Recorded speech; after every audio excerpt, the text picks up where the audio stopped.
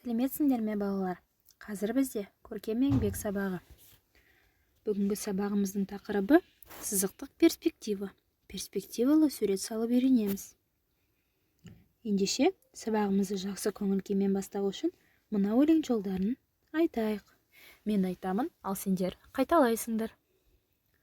Шырылдады қоңырау. Біз сабақты бастаймыз. Партамызға отырып, жаңа білім алуға алға қадам бастаймыз. Жарайсыңдар балалар. Балалар, бүгінгі тақырыбымыздың қандай болатынын анықтау үшін мына суретке назар аударыңдар. Балалар, бұл суретте не көріп тұрсыңдар?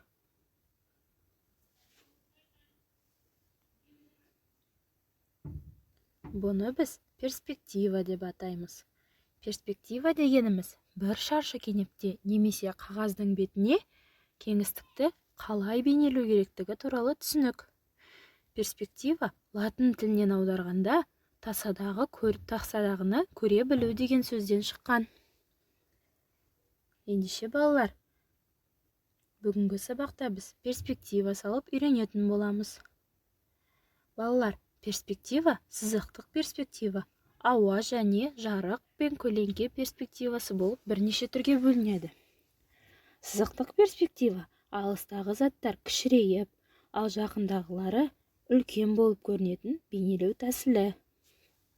Суретші табиғат көрінісін салғанда сызықтық перспективаны қолданады. Ендеше бүгінгі сабақта біз де сызықтық перспективаны салып үйренетін боламыз.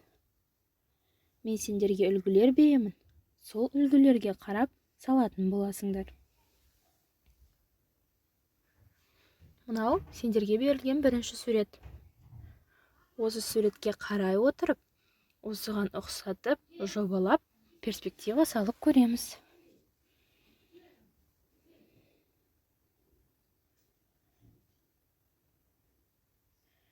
Мінекей, осы суреттерге қарап, перспектива салып көріңдер. Ендеше іске сәт.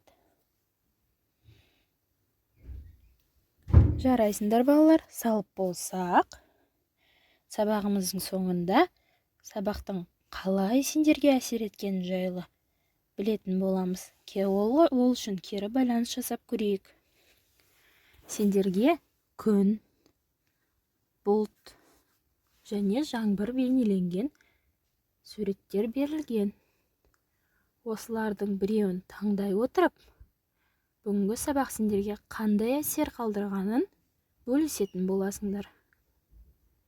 Күн сабақ қызықты болды, мен барлығын түсіндім дегенді білдіреді. Бұлт әлі де түсінуім керек, сұрағым бар. Ал жаңбыр болса, мен ештеңе түсінбедім дегенді білдіреді. Ендеше осылардың біреуін таңдап, бүгінгі сабақтан алған әсерлеріңмен бөлісіңдер. Жарайсыңдар балалар, сабақ аяқталды, сау болыңдар.